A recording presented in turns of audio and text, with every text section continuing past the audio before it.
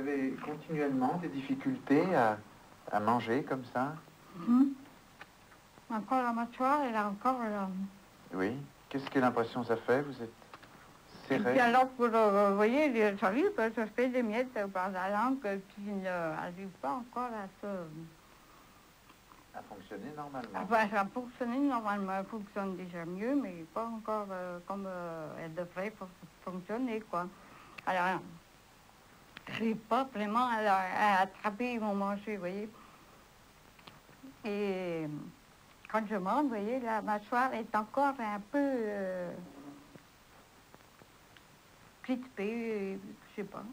Un peu crispé, c'est ça. Hein. C'est crispé, encore un petit peu. J'ai commencé à avoir mes crispations, mes grimaces en 1968. Et j'ai eu un choc nerveux quand j'ai appris que mon mari, enfin, s'était remarié. Et je l'ai très mal appris. C'est en allant à mon travail à 2h que j'ai rencontré un collègue de la commune qui m'a dit, mais on ne vous a pas offert de dragées? J'ai dit, mais les dragées de qui? Alors, il m'a dit, ben, pourtant, j'ai personne de la famille qui s'est remarié.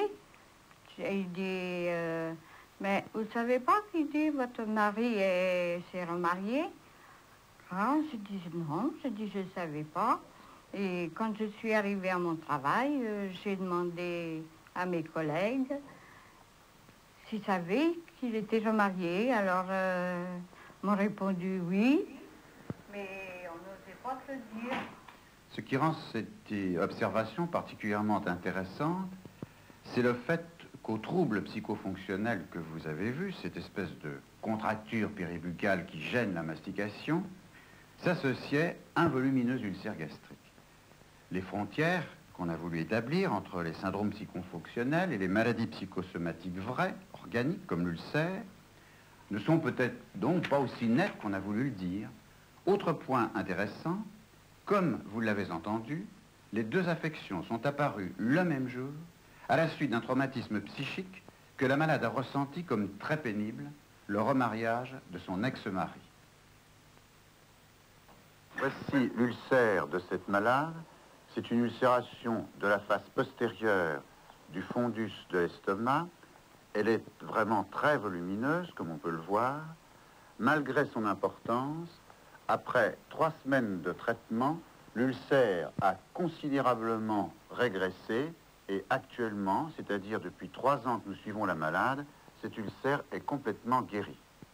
Il est à souligner en fait que l'ulcère de cette patiente a régressé beaucoup plus vite que sa contracture péribuccale. Mais ce que je peux vous révéler aujourd'hui, c'est qu'à l'heure actuelle, sa bouche s'est également beaucoup améliorée depuis que la patiente a appris que son ex-mari remarié était décédé. Je crois que nous avons tous constaté l'extrême agressivité de cette malade dans son symptôme facial. Ce symptôme a été atténué grâce à une excellente relation avec son médecin. Il est vrai qu'une psychothérapie d'un type particulier a été tentée sur sa demande dans un autre hôpital.